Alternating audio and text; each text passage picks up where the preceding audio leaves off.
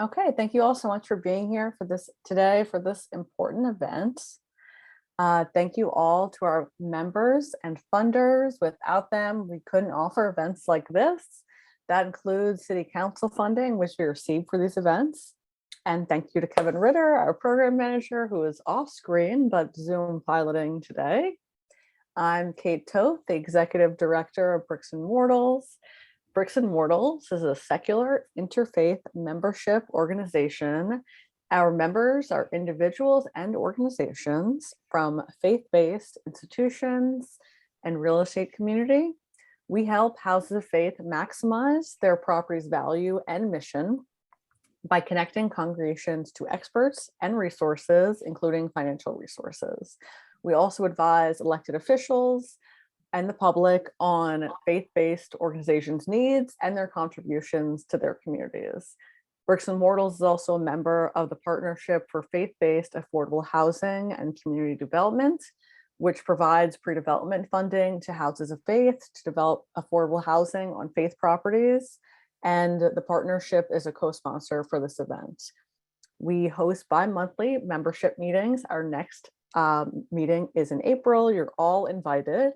And every meeting features a case study on the range of things the houses of faith can do with their property, and also resources. Our last meeting, for instance, hosted a staff member from a council member's office to discuss discretionary funding, which was due later in the month. Bricks and Mortals is also launching a website in April that makes it easy for houses of faith to rent out their spaces to community groups, artists, and more. And we offer trainings and events like this. All of this is guided by the needs we hear. So we hope you'll join us and become a member. Thank you again for being here for this really important topic. We hope you'll find it useful. With that, I will hand it over to Bricks and Mortals board member, Taylor Aiken, who will moderate today and walk you through today's agenda. Thank you, Kate, and thank you all for being here. So Bricks and Mortals is an organization I've been involved with for several years that I care deeply about and who is doing tremendous work. And events like this one are a great indicator of the value that they bring to the faith community in New York City. What we're going to talk about today, and I want to first thank Meda Brunsema, who did the heavy lifting on this. She has gotten to know these environmental laws very, very well and their impacts on religious facilities. Who's going to walk us through this, and to Fatou Jabi, from the New York City Accelerator. This is a very rare opportunity for a lot of us to get to talk to her at once. So I want to encourage everybody to put your questions in the Q&A function. I'll be keeping an eye out for that. We've got plenty of time for Q&A at the end of the presentation, and this is the time to ask your questions. This is the first of two events. Today, we're going to talk about the law, what it means, how it's applied. And at our next event, which is in 4 weeks, that's March 29th at the same time, Tuesday, we're going to talk about some case studies, some opportunities, partnerships with vendors, with city funding, and that sort of thing. So the idea is you're going to get a lot of information today. Think about it, sit on it. If you have questions, you can reach out to us in the interim or write them down, and I can bring them up again next time we're back here in a month. So let me introduce our speakers. Meda Brunsema is an architect and urban designer committed to sustainability, equity, and social and design justice. She's on the board of Bricks and Mortals and on the board of conveners for the Interfaith Affordable Housing Collaborative. She practices architecture with a collective for community, culture, and environment, an all-women-owned consultancy and interdisciplinary professional network. CCCE is a mission-driven firm that only works on planning, architecture, urban design, policy, and research projects that further economic resilience, cultural diversity, public health, social justice, and environmental sustainability. Meda also teaches at Pratt Institute's Graduate Architecture and Urban Design program, where she teaches history and theory and architectural design, and she leads Pratt's Housing Consortium's Decarbonization Working Group, which explores innovative and equitable housing design and policy solutions. Thank you, Meda, for being here. And Fatou Jabi is a lead accredited professional, a senior account manager, and a graduate from Columbia University with a Bachelor's in Computer Science from Kentucky State University. She is from the New York City Accelerator Program. She and her team provide technical advice on the Mayor's Office of Sustainability's New York City Retrofit Accelerator, collaboratively working with building owners, decision makers, and their teams to comply with local laws, implement cost-effective deep energy retrofits, and smart technologies in buildings. So prior to this, she had 15 years of experience in data center and IT network design and systems engineering expertise in e-commerce and wireless and telecommunications and financial sectors. Thank you very much, Fatu, for joining us. As I say, this is a great opportunity for all of us to ask questions of you, and I'm sure we'll have a lot. So, Maida, I'll hand it over to you. Thanks very much.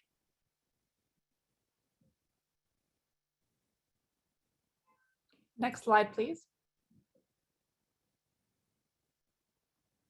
Can I have the next slide, please? Kevin? Just one moment, please. Okay.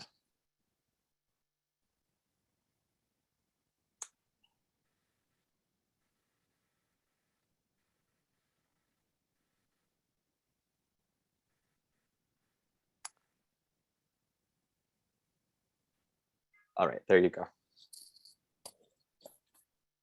All right, welcome everyone. Next slide, please. So the outline for today's presentation is really going over many aspects of Local Law 97 as it applies to houses of faith. So first, we'll go over what is New York City Local Law 97, and it's abbreviated LL 97 here, why it came to be and the history of it, and what its likely future will be, what houses of faith are in fact covered by Local Law 97, what are Local Law 97 prescriptive measures, which are measures that covered houses of faith will need to comply with, what are flexible path and penalties that houses of faith need to watch out for, how do landmark houses of worship deal with Local Law 97? We're also going to talk about how houses of faith that have multiple occupancy groups, meaning different kinds of uses, such as school or housing or offices, together with a house of faith on a single site, how they deal with Local Law 97. We will also go over where you can learn more about Local Law 97 and other resources. And we will conclude in a Q&A with Ms. Fatu Jabi from the New York City Accelerator, moderated by Taylor Aiken. Next slide, please.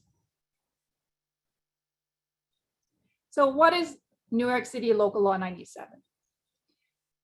Local Law 97 is the centerpiece of New York City's landmark Climate Mobilization Act of 2019, also known as the New York City Green New Deal. Local Law 97 and subsequent amendments will place strict limits on greenhouse gas emissions from all buildings larger than 25,000 square feet.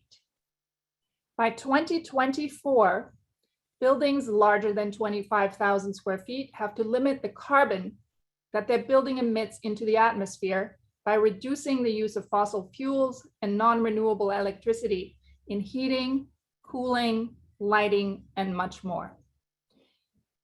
This effort will help New York City reduce 80% of its greenhouse gas emissions by 2050. Next slide, please. So this will have a vast effect on our entire city. Look at this map that shows all the covered buildings under Local Law 97. It's literally the entire city, all 5 boroughs, with, of course, a little bit of a larger concentration in Manhattan. But as you can see, it will transform the entire city over the next decade and more.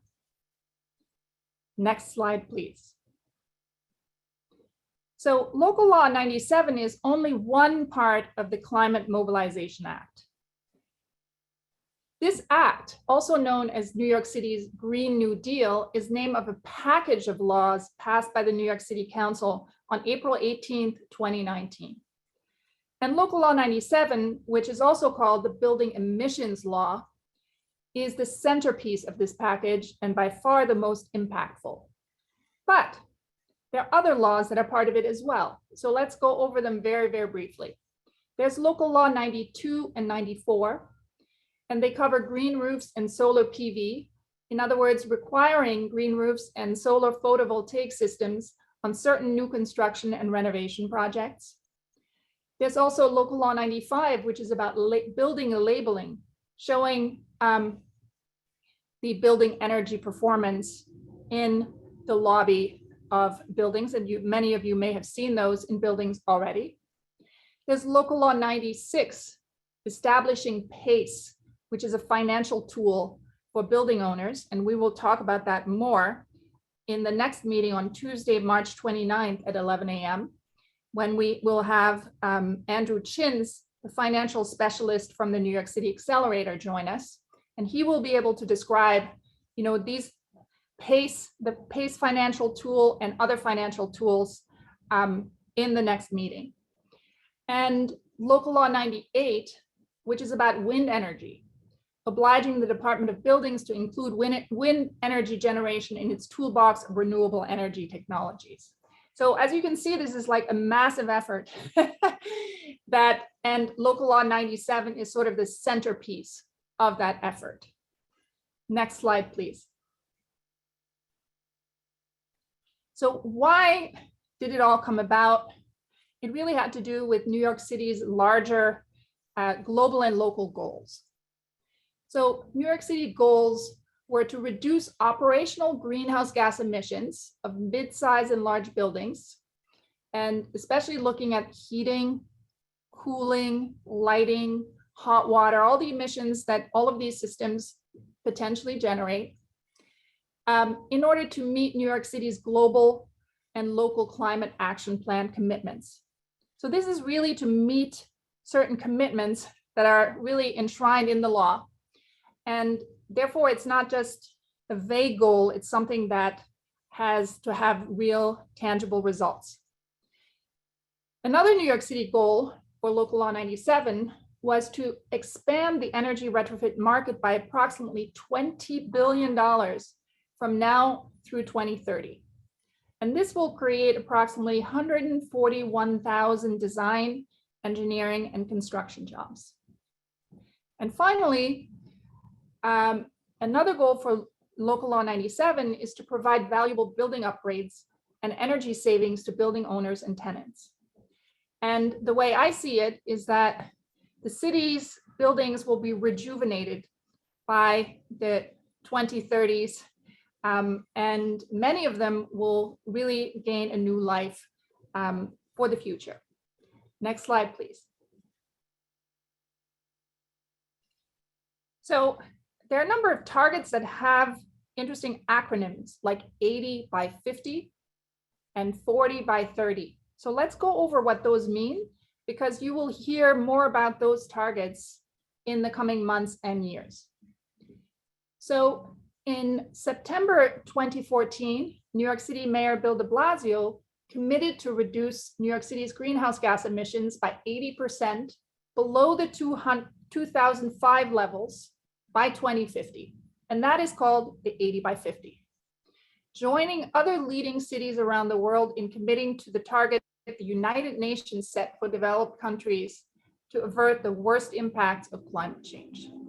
Since then, the mayor has committed to additional targets, which include under 2 MOU, which is a commitment among subnational governments to limit greenhouse gas emissions to under 2 metric tons of carbon dioxide equivalent per capita. This is a mouthful. And an interim target of 40% greenhouse gas reduction by 2030. So that is the 40 by 30, okay? So we have a lot of targets and commitments. Let's go to the next slide. So New York City is not acting, go back, please. Can you go back to the timeline? Kevin? Yeah, just one sec, sorry.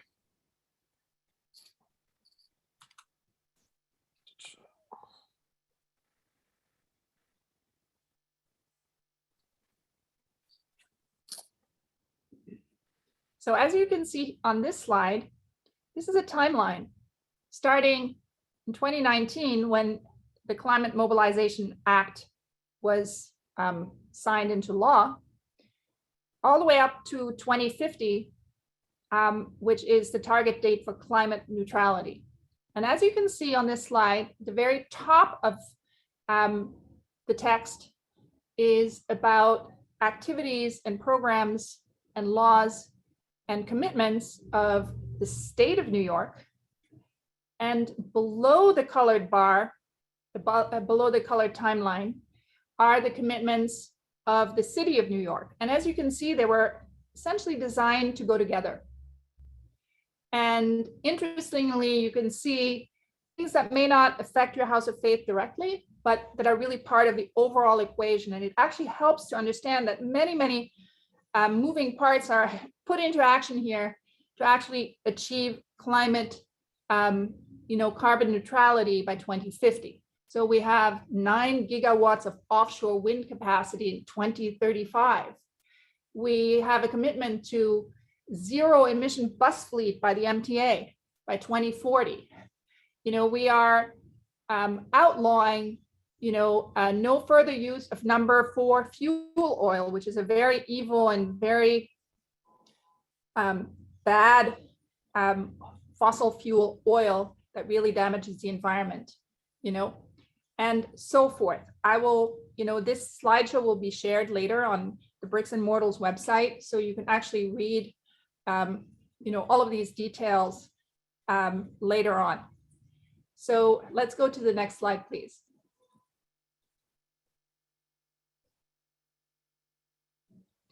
So let's now talk about Local Law 97 and houses of faith, because that's what we're here for, to understand. So this slide really was a summary of what we're talking about. So houses of faith larger than 25,000 square feet must comply with Local Law 97 by 2024 by implementing a series of prescriptive measures to reduce their carbon emissions. So what are prescriptive measures? And we'll have a full list in a few slides, okay? So Local Law 97 prescriptive measures include the installation of insulation, sensors, or controls for HVAC equipment, that is heating and ventilation and air conditioning equipment, as well as other energy efficient measures. Again, I will have a full 2 slides going over what the exact prescriptive measures are, taken directly from the law, okay? Now, what's important here is that the next point, houses of faith that are smaller than 25,000 square feet do not have to comply with Local Law 97. So the whole discussion about prescriptive measures is only for houses of faith that are larger than 25,000 square feet. Of course, smaller houses of faith are encouraged to reduce their carbon emissions, and the city offers technical and financial help. And again, that will be covered a little bit later on in this presentation. Next slide, please. So how do you know if your house of faith is a covered building? Having a covered building means that your house of faith will need to comply with Local Law 97 by meeting these prescriptive measures. So, do you have a house of faith, a building that exceeds 25,000 gross square feet? Another way of knowing if you're a covered building is if you have 2 or more buildings on the same tax lot that together exceed 50,000 gross square feet. Another option is if you have 2 or more buildings held in the condominium form of ownership that are governed by the same board of managers and that together exceed 50,000 gross square feet. Another way of knowing if you are, subject to Local Law 97 prescriptive measures is if your building is currently subject to the New York City benchmarking law, Local Law 84 or Local Law 133. So based on these 4 criteria, you will know whether your building is covered or not. So houses of faith, which are defined by the city as buildings whose main use or dominant occupancies is classified as occupancy group A3 religious house of worship. Those houses of faith that are larger than 25,000 square feet or meet the criteria in the bullets above must meet prescriptive measures by 2024. Okay, so let's go to the next slide.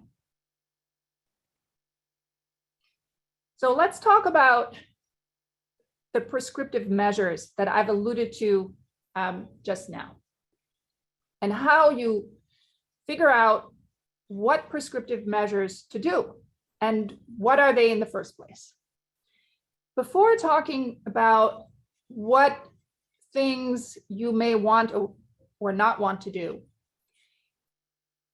you will need to actually start the process by conducting a baseline energy study for your house of worship that must be conducted to inform the prescriptive measures. In other words, you need to know how well or how badly your building functions and performs relative to carbon emissions.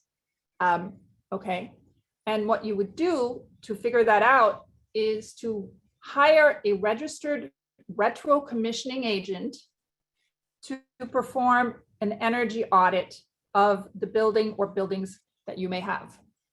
So what is this energy audit? Okay, so an energy audit is a systematic process of identifying and developing modifications and improvements of the base building systems, and we'll explain that in a moment, what those are, including but not limited to alterations of such systems and the installation of new equipment, insulation, or other generally recognized energy efficiency technologies to optimize energy performance of the building and achieve energy savings. Okay, so the first step before doing anything or thinking about what to do, the house of faith that is a covered building has to hire a registered retro commissioning agent to perform an energy audit. And that can be an independent agent or part of a larger energy retrofit firm or engineering firm. So let's go to the next slide. So what will this energy audit focus on? It will focus on what the city calls base building systems. So what are base building systems? Base building systems include systems or subsystems of a building, or your church or a temple or a synagogue for that matter, that use energy or impact energy consumption, including the building envelope. That is a funky term for basically saying the walls and roof of your building. Okay, so the exterior walls and roof. The HVAC, ventilation, heating, ventilation, and air conditioning systems, conveying systems, domestic hot water systems, and electrical and lighting systems. So what that means is that the retro commissioning agent will actually look at all of those aspects of your building and determine how well or how badly it meets in terms of greenhouse gas emissions. So let's go to the next slide. So based on that analysis, your technical consultants, including the retro commissioning agent, working with you, will look at a list of prescriptive measures that a house of faith can elect to implement based on the energy audit, where applicable. So there are 13 prescriptive measures. I actually have 2 slides, but let's do one by one.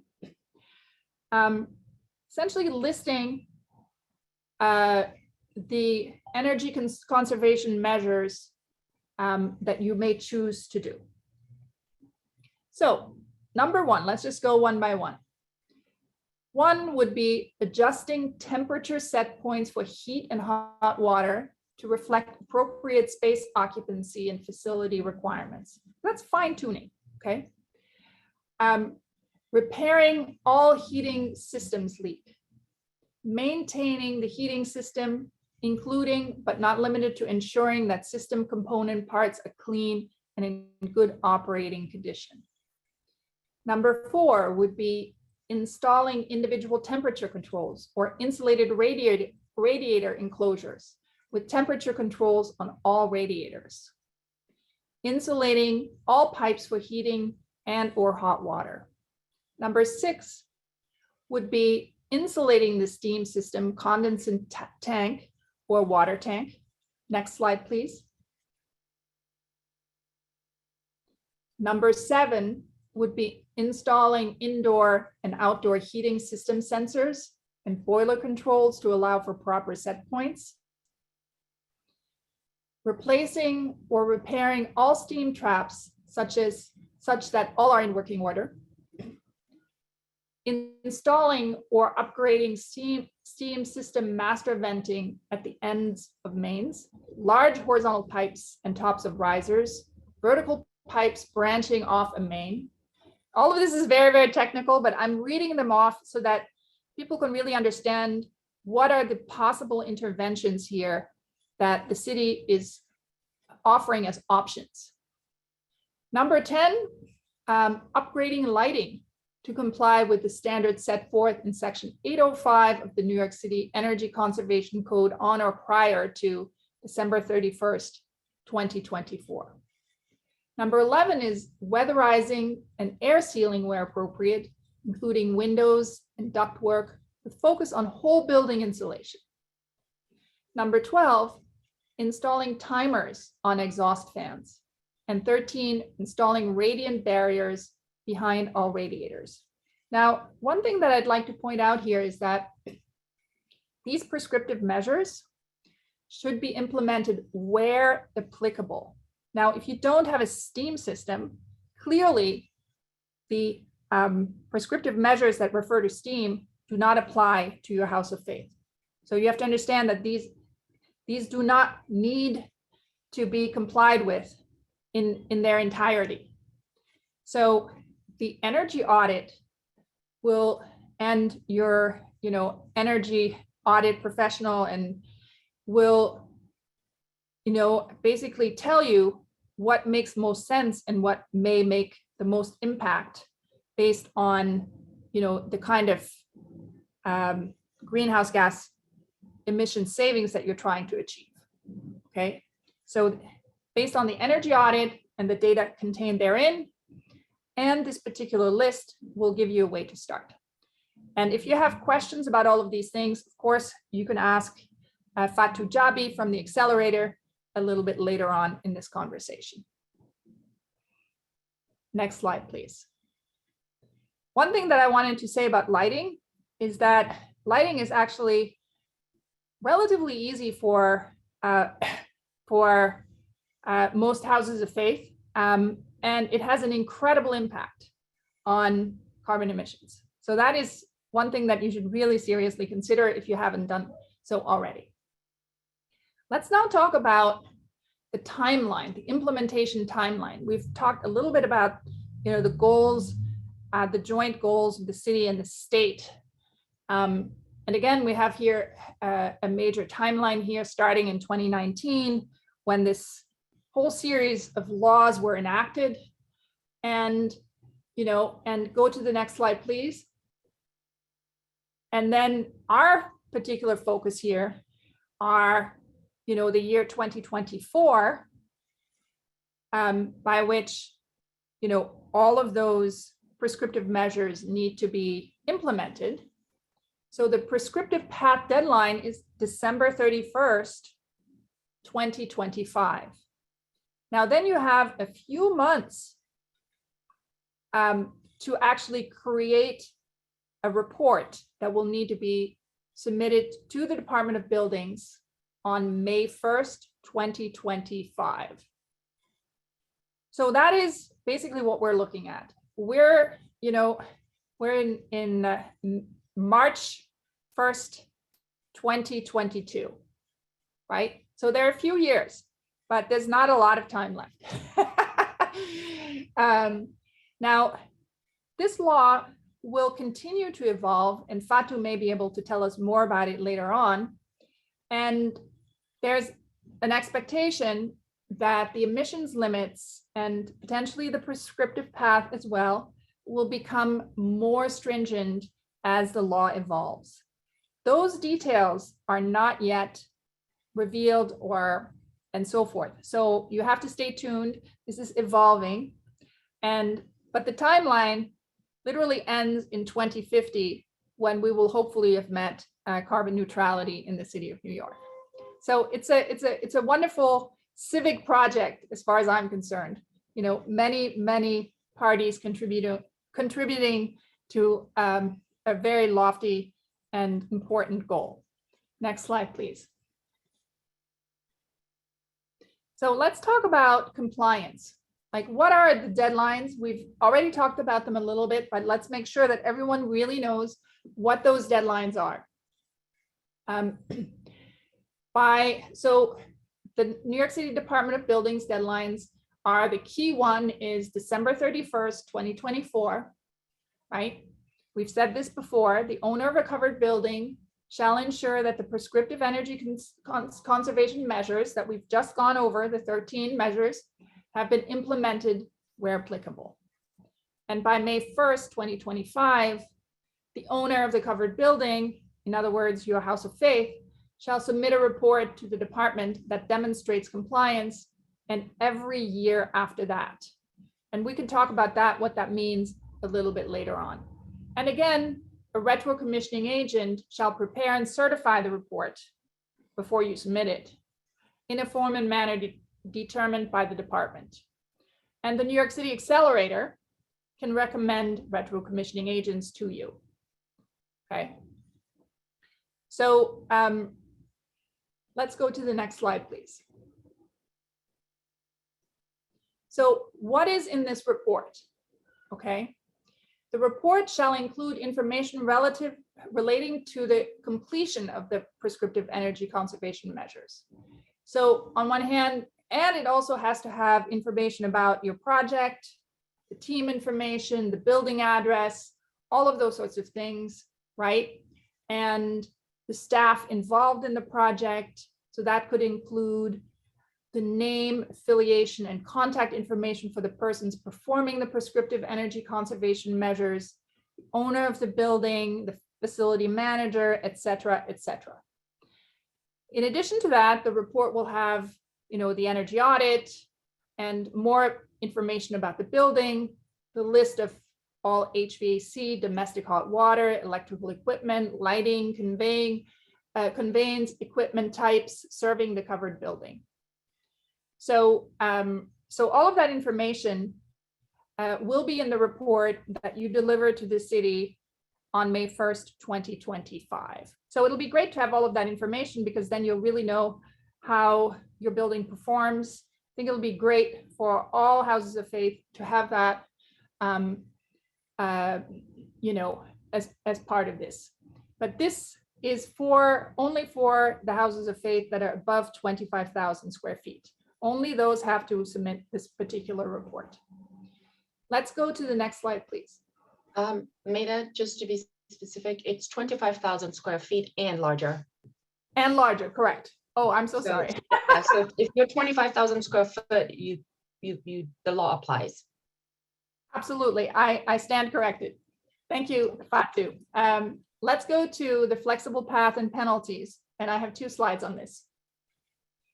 So what if, for whatever reason, you know, your organization fails to file this report in 2025?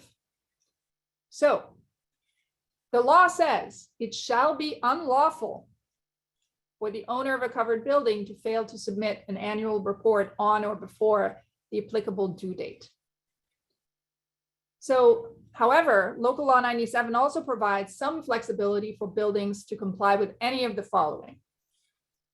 So, it is optional to achieve some or all of the greenhouse gas reductions by purchasing credits for renewable energy generated in New York City or directly sinking into the New York City grid. The New York City Department of Buildings will also have the authority to grant exceptions for reasons such as financial hardship and practical constraints. However, this will require proof of significant financial hardship for the combined 2 years prior to filing the report, i.e. in 2025. Okay, let's go to the next slide that actually outlines what those penalties could potentially be.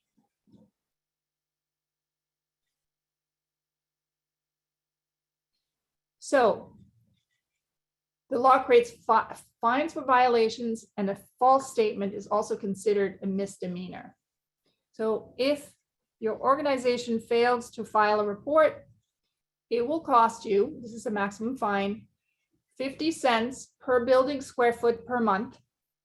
But one way of actually looking at this is that the smallest possible building, the 25,000 square foot building, will have a fine of $12,500 per year.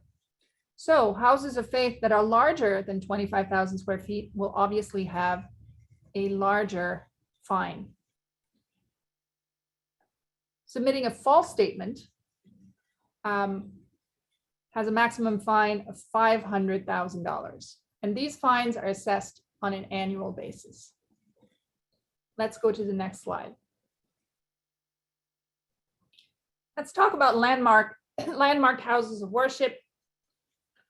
And as we know, landmark houses of worship have other rules and regulations that apply to them, especially and particularly as it pertains to the exterior of the building. Now, and as you know, some landmark houses of faith have, wonderful historic windows that are single pane and cannot be replaced according to the landmarks law. However, landmarked houses of worship larger than 25,000 square feet must follow the prescriptive path the same way as every other house of faith. They must send a report to the Department of Buildings on May 1st, 2025, documenting their prescriptive measures during the year 2024 and every year after that. So most of the 13 prescriptive path measures that we just went over earlier focus on the interior of the building. However, anything relating to the exterior of the building, and we're talking about the exterior of the landmark building, meaning building envelope prescriptive measures, for example, window, roof, insulation, and all of that, those will have to follow the regulatory process for historic districts and individual landmarks. So trade-offs will have to be made and smart solutions will need to be found. But the landmark laws still apply to landmarked houses of worship. But the prescriptive path still applies to these landmarked houses of faith. And we can spend a little bit more time discussing this with Fatu later on. Let's go to the next slide, please. What if your house of faith, such as the Park Avenue Synagogue that you see here on the slide, have multiple occupancy groups on a single site? What is an occupancy group? Occupancy group is essentially a classification of uses that the city has to talk about, the difference between a school or an office or a residential building or an assembly building, which is essentially the umbrella classification for houses of faith. So each occupancy group has an emissions multiplier, and that sounds a little confusing. I actually put the the number of the law 28.320 3.1 here so that you can read more later on. But each of these occupancy groups have emission multipliers to be able to figure out what ideally, how many tons of carbon emission your house of faith and all the other occupancy groups that are part of your building on your lot are emitting during a year. And and in order to figure out what prescriptive path to take for a house of faith over 25,000 square feet that also has other occupancy groups, such as, let's say, a school in the case of the Park Avenue Synagogue. So the school is part of the building and the synagogue is also part of the building. So in other words, there's several occupancy groups in a single building. So how does this work in terms of the calculation? So the assembly occupancy group, which would be the synagogue in this case, right, the house of worship, has a multiplier of 0.01074. And again, all of those multipliers are described in the law that I quote above in the previous paragraph. So the calculation would work as follows. To be able to calculate the emissions limit, like the limit, the maximum amount of greenhouse gas emissions that this particular synagogue can emit. So it would be this multiplier, right? 0.01074 multiplied by the gross floor area of the synagogue, but only the synagogue in this case, will give you the emissions limit. Ideally, of course, there would be a very low emission limit. You would be below this emission limit. You would want to be lower than the emission limit because we are trying to save the climate, and we all know that emissions trigger the climate crisis, right? So the goal is to have a low number there.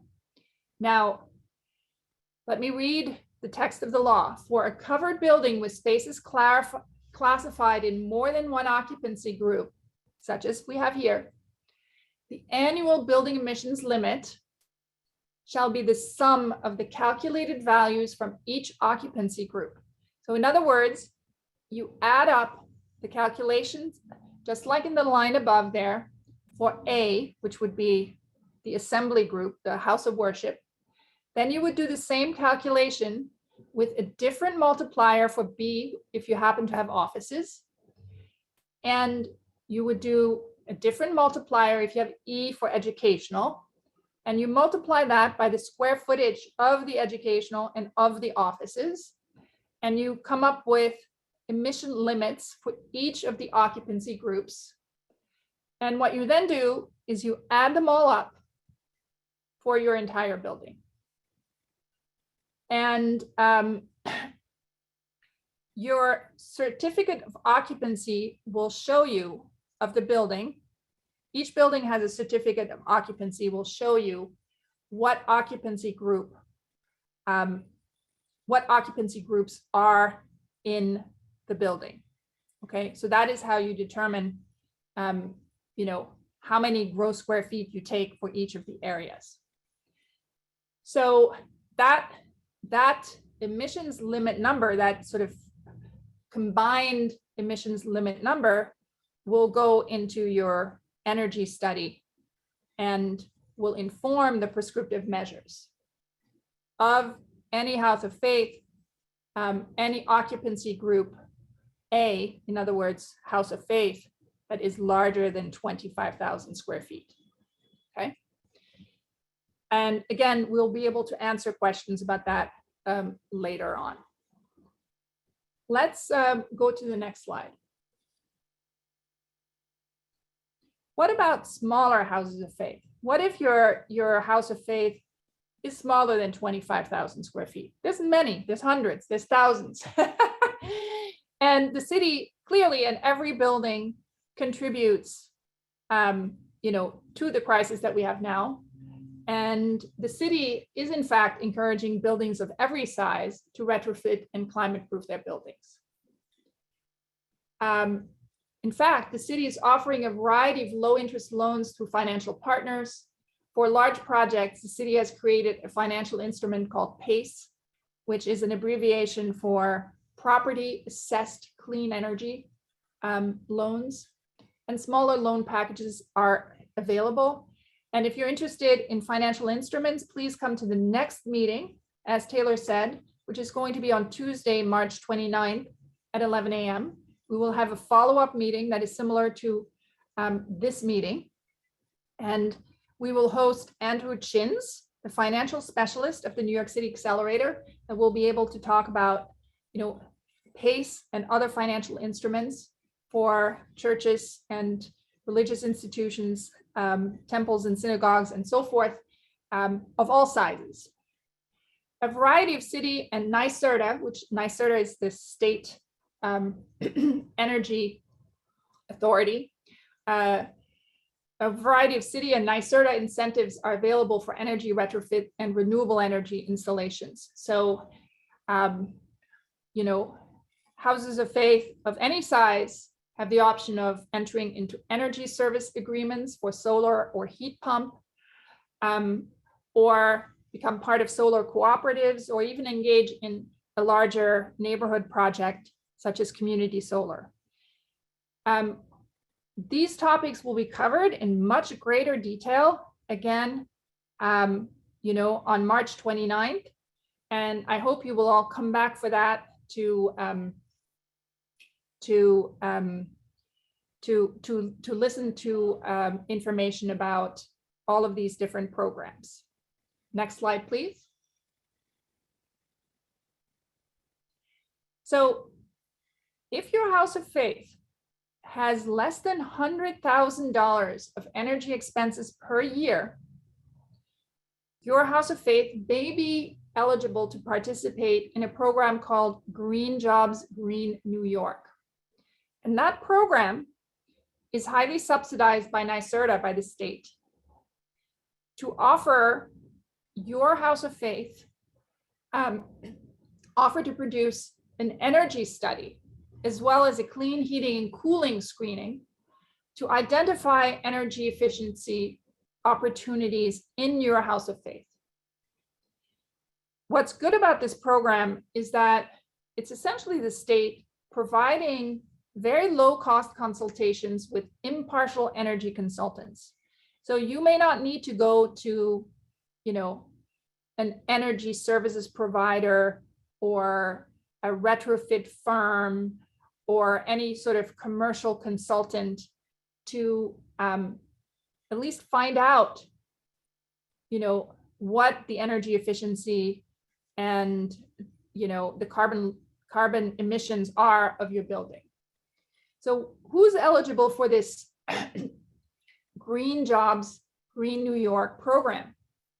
All non-for-profit organizations, and that includes not nonprofits other than houses of faith. So if you have, nonprofit organizations that you're friendly with, you should share this with them. So nonprofit organizations with $100,000 or less in annual energy expenses, those nonprofit organizations are eligible for this Green Jobs, Green New York program. So how much will it cost for your house of faith? And here the criterion is not like the 25,000 square feet or less. The eligibility for this program has to do with the amount of energy related expenses that your house of faith has, regardless of whether it's smaller or larger. So the cost for the nonprofit organizations, including the houses of faith, would be between $100, okay? And that is nonprofits or houses of faith with 10 full-time employees or less, and $500 for nonprofits with more than 100 full-time employees. I would call this an incredible deal, a really amazing deal, a really incredible deal if your house of faith is eligible. So there's more information. There's an email at the bottom of the screen and a phone number that that you can contact to find out more information. But I highly encourage any house of faith that fits these criteria to at least explore this opportunity. Next slide, please. Another resource offered by the New York City Accelerator, and maybe Fatou can talk about this a little bit later on, is that the city is creating a list of qualified and approved service providers that will be available by March 15th at the New York City Accelerator website. So this list will include engineers, architects, green building retrofit firms, energy service providers, including solar, heat pump, geothermal, etc., as well as community solar providers and much more. So after March 15th, I highly encourage you to go to www.nyc.gov/accelerator to find this list of qualified service providers that you can peruse and potentially engage with. Next slide, please. So I think I have finished my part of the presentation, and I now look forward to a discussion and Q&A with Fatou Jabi from the New York City Accelerator. Thank you, Maida. So as we said, that was a lot of great information, and I think what we'd like to do, several comments have come in through the chat. There are a couple in the Q&A. Please keep sending them.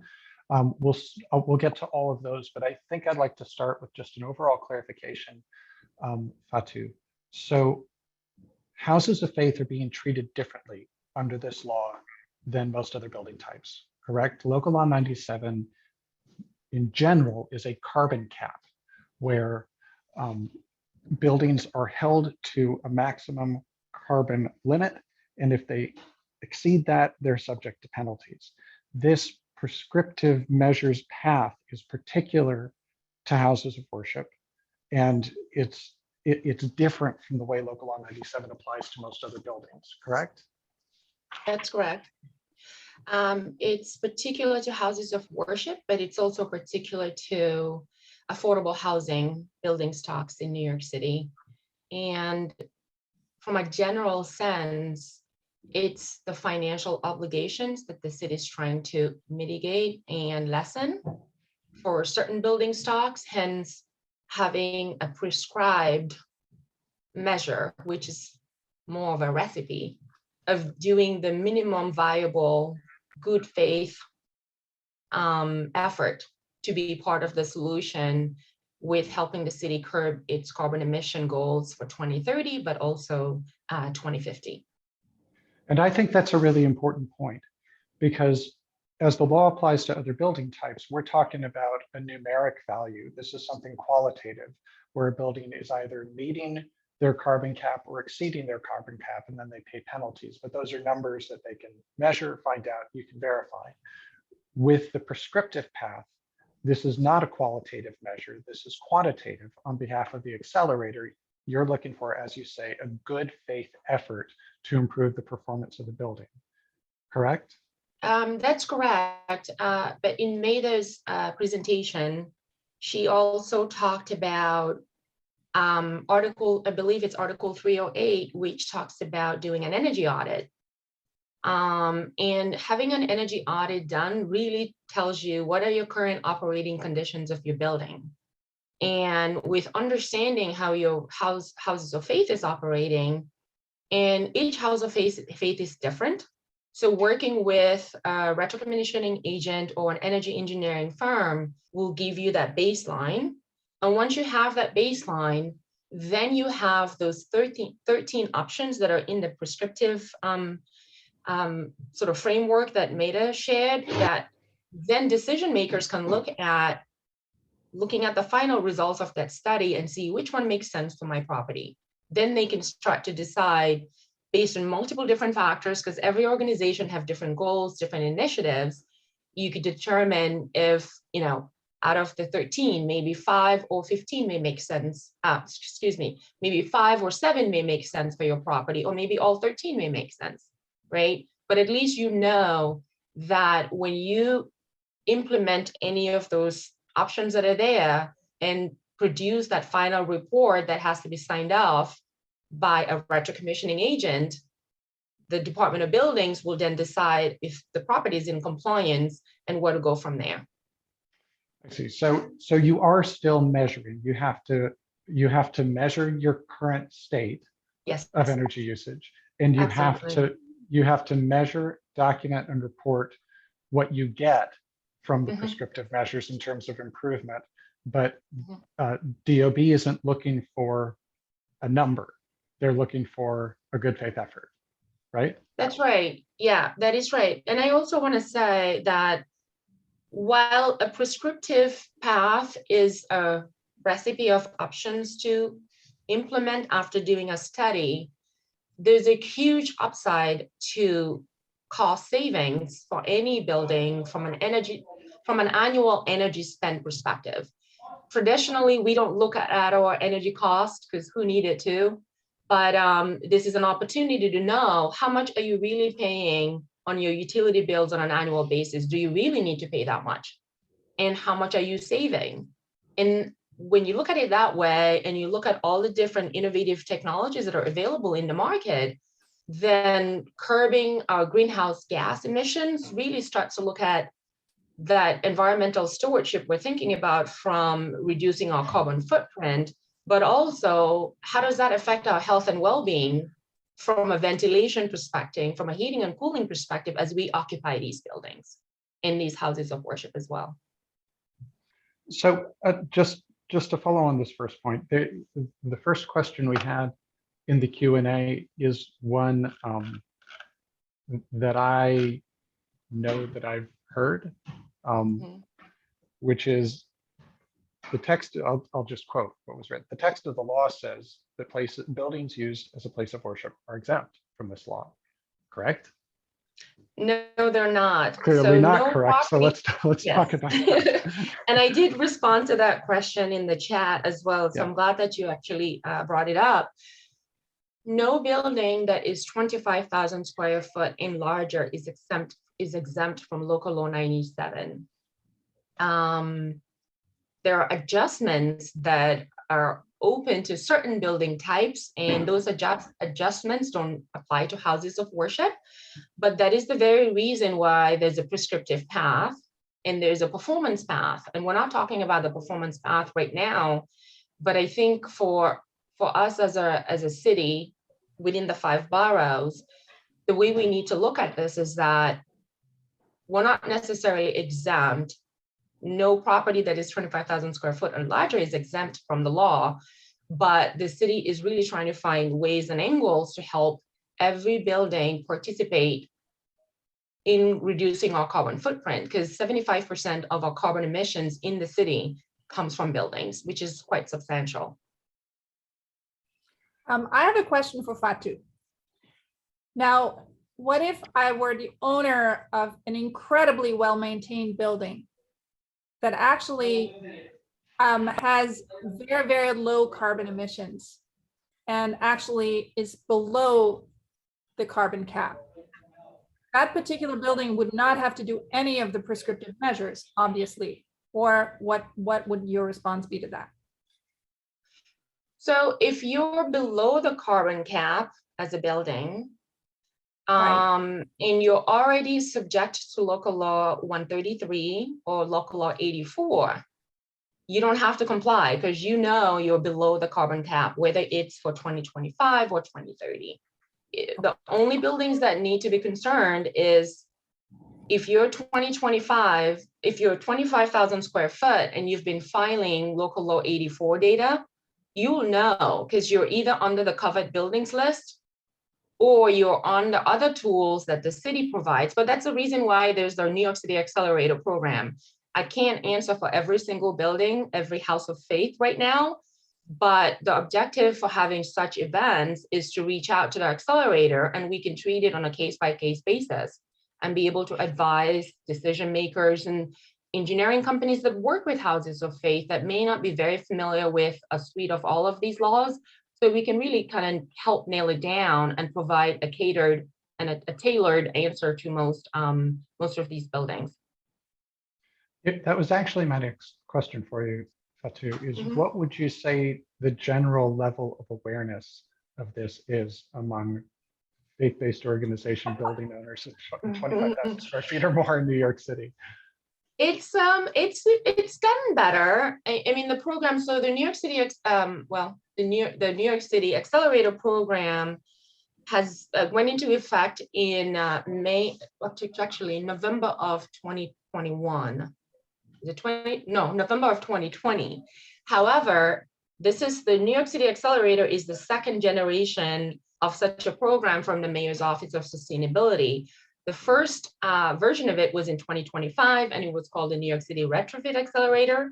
And it was mostly looking at existing buildings. But now with the New York City Accelerator, it's looking at new construction and major renovations, right? And major renovations are existing buildings, maybe core and shell, that is getting a gut renovation, and the law still applies. And we're here to help support any questions that are around local laws that Maida had highlighted in her presentation. And I believe that towards the end of our conversation today, a survey is going to be shared where you'll have information as to who to contact through the accelerator, which I was hoping that I would be able to kind of go through those last 3 slides that we had included. Maida, if we can bring that up at any point, I can talk a little bit more about the program and what a valuable resource this is to decision makers in the city. Yeah, we'll get to those slides later in the program. Okay. All right. Sounds good. So in the chat and in the Q&A, a couple of people asked how they know whether their building falls under this, their specific square footage. And and you mentioned that there is a list of covered buildings under Local Law 97 that the city has. Could you direct folks where to find that? So it's at the Department of Buildings website, and that's information that I can share with you all after this conversation. But also what's really important is that Local Law 133 is an amendment to Local Law 84. So Local Law 84 has been around for over a decade and a half, and it focused on buildings that are 50,000 square feet and larger. 133 is an amendment of that, and it requires just benchmarking and baselining your building in terms of its energy use, the different fuel types that you have. So 133, which covers 25,000 square foot and larger, an amendment to 84, which is 50,000 square feet and larger, went into effect in 2019. So basically, I can guarantee you that any building that's 25,000 square foot and larger, including houses of faith, have been complying with 133. If they don't know about it, perhaps they have an engineering company that was hired to do that on their behalf.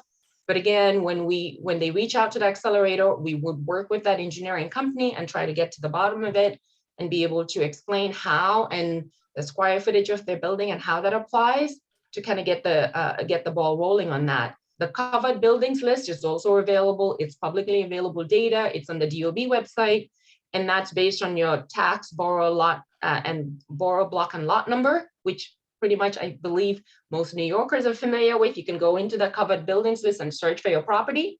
And if it's not there, we could take it from there, because again, there's occasional nuances where some BBLs don't show up, and we don't have the answer always right away, but we will help trying to figure out how do we provide support to help clarify some of those questions.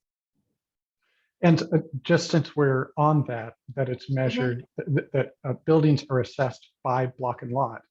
There's a question here about a particular instance where there's a sanctuary school that has a unique block and lot number, but they're located in a large apartment building, which they don't own. They share utilities and infrastructure with another building. So will the covered buildings list help untangle murky situations like that, or what resources are available when it's not straightforward? Yeah, that is one of those case-by-case basis where we see a lot. And again, because of these laws, we never really needed as an industry to get under the hood of some of these types of nuanced situations. And I would say when we share this, our contact information, my team and I focuses on houses of faith. We'll be able to kind of take a look at the different typologies and ownership of these buildings, then see who has the lion's share of their square footage, which is the dominant occupancy type. And again, and based on that, it may qualify as a house of faith. It may not qualify as a house of faith because the dominant use type kind of dictates that. And then we'll take it from there. So since we're then talking about mixed occupancy buildings, Maida explained very clearly sort of how the carbon allowance is calculated proportionally based on the uses within the building. But in terms of how the prescriptive measures apply broadly, that all of the measuring of the carbon allowance would go into the report, presumably. Yes. That would be filed. But in terms of the improvements that you show for the prescriptive measures, they still apply to the building as a whole. As a whole. Not just so, as long as the dominant occupancy, as you say, is worship, House of faith. is house of faith, then you treat the whole building the same under the prescriptive path, but you do have to document the energy allowance based That's on right. the uses. Okay. Yeah, because the different occupancy groups, which comes from the building code. And again, the law piggybacks off of existing codes that have been around for a very long time. So, and this is where it's imperative, or it's very helpful from an operational perspective to work with a retrocommissioning agent or an architect or an engineering firm who's very familiar with these different nuances when it comes to the building code, their energy code, or the different local laws. And also reaching out to the accelerator, because it takes all of us to put our heads together. And sometimes these, some houses of faith have a residential component of it that turns out to be the most predominant use type, but they may share heating and cooling systems. Right. So it's really hard to have a definitive answer for these things. And I'm very happy and grateful that Maida reached out to the accelerator for us to have this conversation. And I always like to tell folks there's never a straight answer. I can guarantee you that. And then the letter of the law, sometimes it's really tricky to interpret. And you really want to make sure that you have the right people looking at it collaboratively. It can be a one person's perspective to be able to help guide the process and come to the right, hopefully, direction on what, where to go. So we've got a few more. I've got a few more on my list here, if we can keep going. So the Local Law 97 requires annual reporting. So if you're following the performance path, you report your performance every year. If you follow the prescriptive path, you also have to file a report every year. Does that mean that for every annual report that you file, you have to show additional improvement? Or if you file your report by the end of 2025, you've done your prescriptive measures previously, so you have your audit of your existing performance, your improved performance at the end of 2025, are you done until 2030? And every year you just file a report saying, remember, we did this in 2024? So it depends. So as I mentioned earlier, Local Law 97, whether it's the prescriptive path or the performance path, it piggybacks off of existing articles and existing laws. So it is imperative to look at those connections because they have an extension that's got like roots that run deep, right? So, and also because some of the measures from a cost perspective, from a savings perspective, all 13 measures may not be implemented the first year, right? So depending on that scenario, for 1 year, you may do 5, for another year, you may do 4, but you kind of have to, a retrocommissioning agent is meant to continuously measure, correct, and retrocommissioning existing systems. Some of these systems may be close to their end of life, right? And if they're close to their end of life, you're going to have to replace them. So on an annual basis, some scenarios may stay the same, some scenarios may be different, but it all depends on the work that is being done, the existing operating conditions of the building, and the work that was done before. And then the requirement is, if you are in that list to comply, you will still need to file a report to the DOB to show that you're in compliance, as Maida has presented earlier, because there's a fine for falsifying compliance requirements. And it all just, again, boils down to who are you working with from your architect's perspective, retro-commissioning perspective, or retro-commissioning agent's perspective, or your professional engineer. Because most of our properties already have engineering firms that we're working with, architects, or maybe they're already internal, right? Either way, those teams need to be engaged, and they need to be engaged on an ongoing basis. I actually have a question for you, Fatu. Mhm. You know, earlier, one of my slides described the NYSERDA energy study opportunity called Green Jobs New York, right? For nonprofits, you know, with a lower energy bill. Now, and that provides a one-time study. Can that qualify as the initial energy audit for the prescriptive path? Yes, it can. So what I would say is that when that study is being commissioned, it's important for whoever's asking for that study to be done, to get it done within the context of a roadmap to do a whole building analysis. And again, when you take a look at Article 308, that's within the law for the prescriptive, it really spells out what there's a building management system information in there, energy management systems that are like really getting into the weeds of it. But when you look at that article in its entirety, you know that it is not just a one size fits all. So when you speak to an engineering company that has been approved by NYSERDA and you want to leverage that incentive program, context always matters. You tell them what you need it for, and they'll do a comprehensive study. And that could also include electrification, right? It could include solar.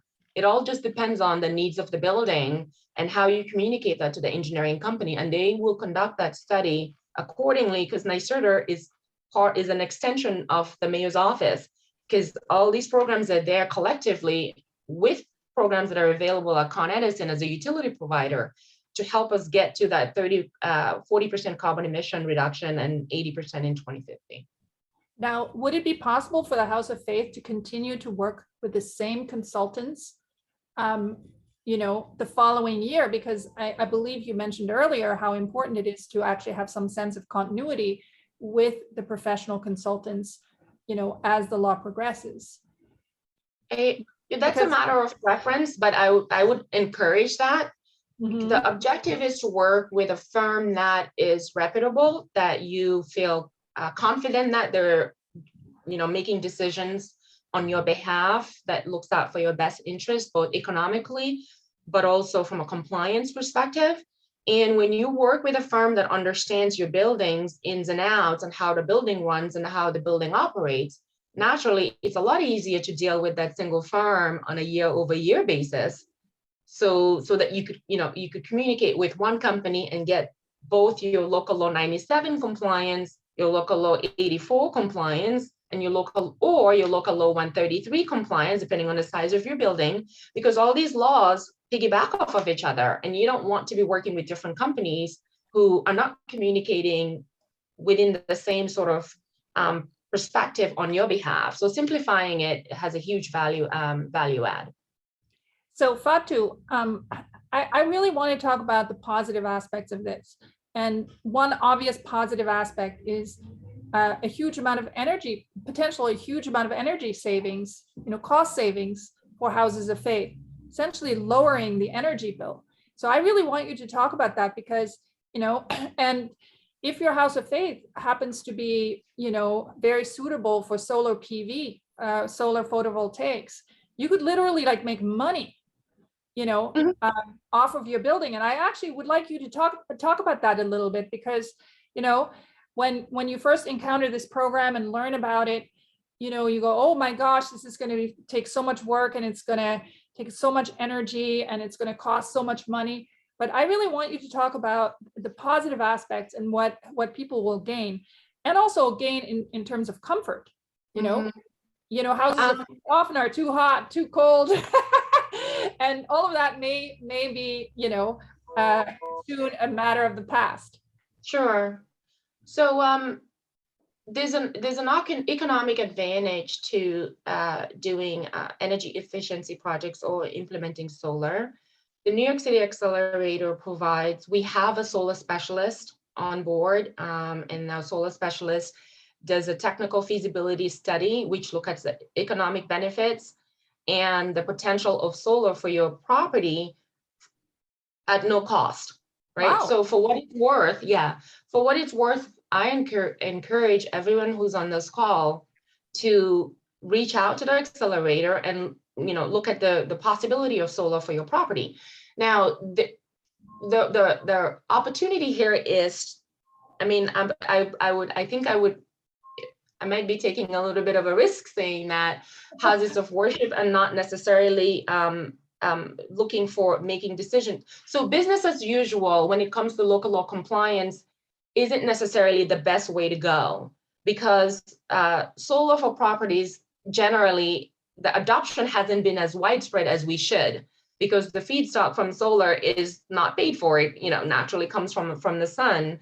And we have PACE financing, which is Local Law 96, and you're going to have another event down the line that talks about PACE financing, which can be maximized by houses of worship. But because houses of worship typically are classified as nonprofits, there are alternative ways to think about these classifications so you can leverage PACE financing.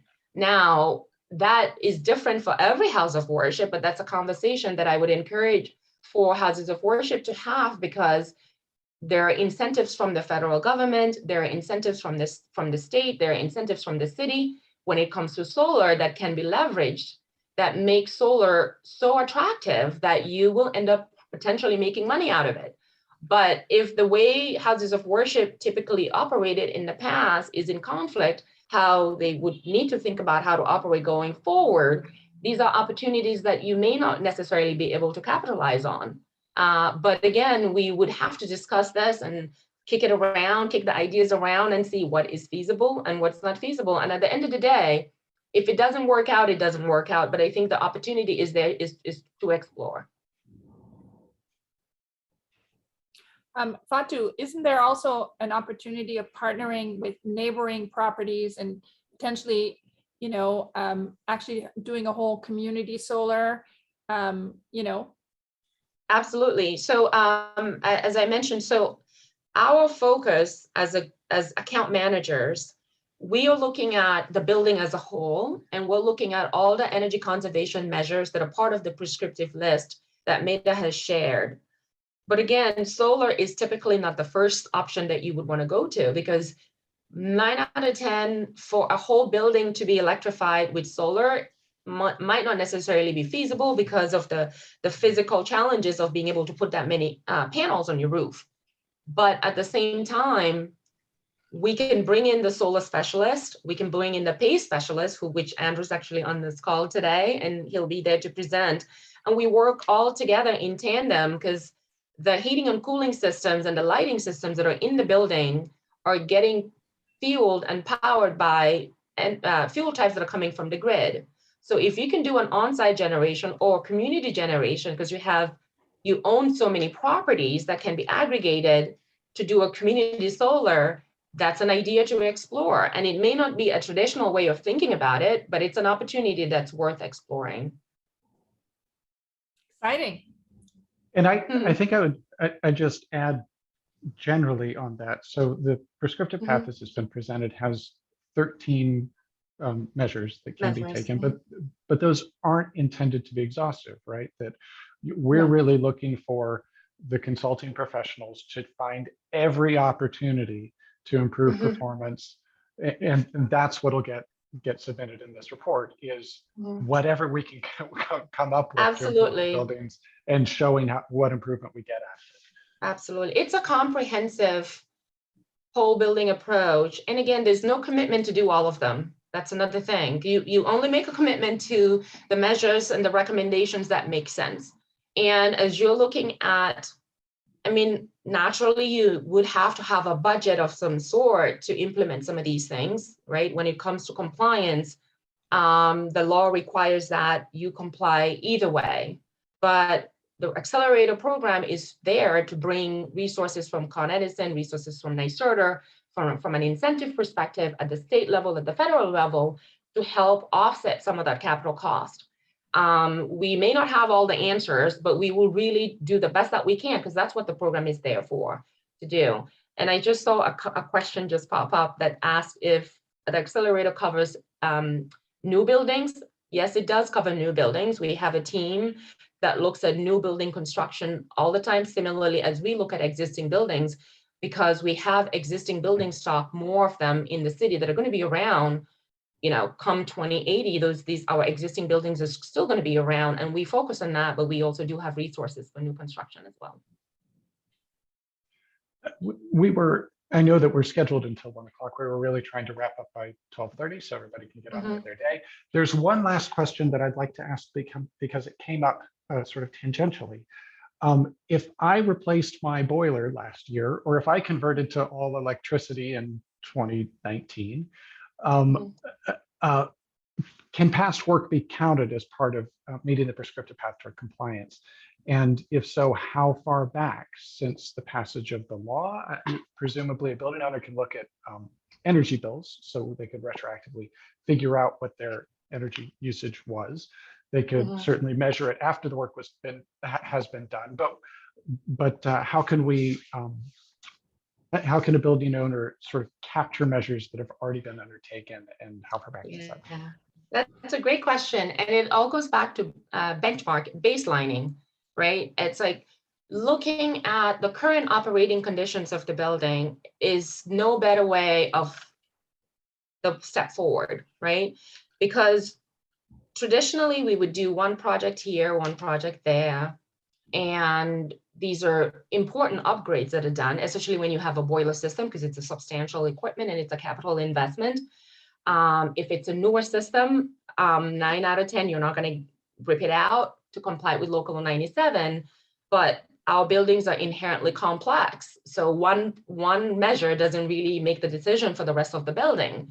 But when you do an energy audit, an energy study, an energy assessment, that really gives you a holistic view of all the different moving parts that are in your property. And the engineering company who upgraded that boiler system may not know about Local 97, which is not uncommon, but it's not necessarily the end of the world. But it's about communicating. It's about having the right people and the right team advocating on your behalf as a house of worship. I always like to tell folks the New York City Accelerator has no horse in this race. We just want to be supportive. We are a resource to all decision makers in the 5 boroughs. And most buildings already have relationships with architecture firms, with engineering firms. It would totally make sense to leverage those design engineering professionals before you go find another contractor to do so.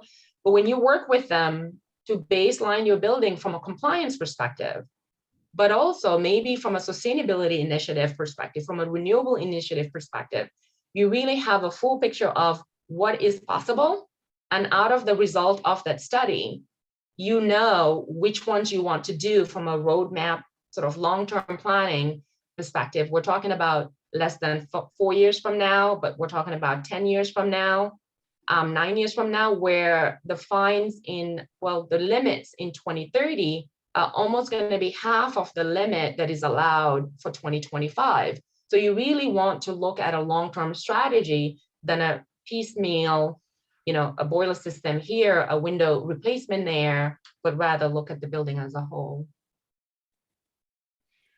There's one last question in the Q&A that's sort of a very, maybe this is a good way to wrap it up, a very kind of practical, what's next? What are the steps?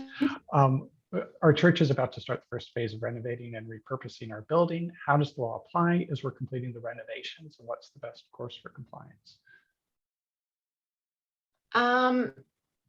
So I would say, as part of the renovations, right? Traditionally, churches and any other buildings have their design team or the contractors that they have. The first place to see is work with them and share with them about Local Law 97 and how that may apply to the property in question. And they may not know, which is totally fine, but you can direct them to their accelerator, and we'd be more than happy to collaboratively work with them and let them start looking at the different components that are being renovated and how that applies to the law. And from a compliance perspective, we're talking about the same building, we're talking about the same components. From a renovation perspective, it makes total sense to just add the compliance aspect of it, so the design team and the engineering team can incorporate those efficient systems, from their internal loads perspective or the building envelope, and the design drawings are going to show it. Their calculations are going to show it. When it comes to complying with that report to Department of Buildings, it could be a single package that the owner can, the owner can just say, I'm going to hire you based on this work that you're doing now, because I'm going to need that same very results of that work to be part of my compliance. Now, does that mean that the existing contractors or design engineers that are selected are going to be thinking in those terms? Perhaps not, but you would want to know that early before you finalize your RFP or your selection of your different bids, to make sure that you're not duplicating efforts and it's going to end up costing you more down the line. Well, I think this brings up an incredible point, which is that if you have a house of faith that needs another type of renovation that is not necessarily related to Local Law 97, it may make sense to actually combine that with this entire effort. In other words, if you have beautification elements or well, we talked about or you talked about landmark buildings. That's another one. We know about landmark buildings, landmark communities. That law always applies, but again, we're talking about the same buildings, same facade, which is typically what applies to landmark buildings. But another good law, as a good example, is Local Law 11. Local Law 11 is for any building that is 6 floors and higher, right? It's a safe facade safety law. I mean, it's about facade safety, but let me tell you something, there are thermal efficiencies around that facade, which addresses our windows and insulation. And when you look at that prescriptive list for the prescriptive path, this is where communications matter, because when you talk to the right architect or the facade consultant, whether they know or don't know about it, it's an opportunity that would require a slight pivot to incorporate Local Law 97 compliance into the conversation. Right. Mm-hmm. Thank you. Thank you. This was intense and wonderful. So this is part 1, and part 2 is coming up in 4 weeks. And if you know somebody, and I suspect you do, who would benefit from this information, please have them join us next time. I know there were a couple of specific questions that we didn't get to this time. Bring them back for session 2, or as Fatu has so generously offered, reach out to the MIC Accelerator. Yeah, absolutely. Mm-hmm. A couple of quick clarifications. I think in some of the material that went out, the next event was said to be on March 28th. It is on Tuesday, the 29th. So both of these are Tuesday, 11 to 1. It's a separate registration and a separate link. So make sure that you sign up for both. And we are very excited to have you all back. As we say, there will be more information about incentives, financing, case studies, partnerships with vendors, and other programs that will sort of demonstrate how all of this gets done. Maida, thank you. This is tremendous. Thank you. My pleasure. And Fatu, thank you so much. This is such a great resource for everybody here.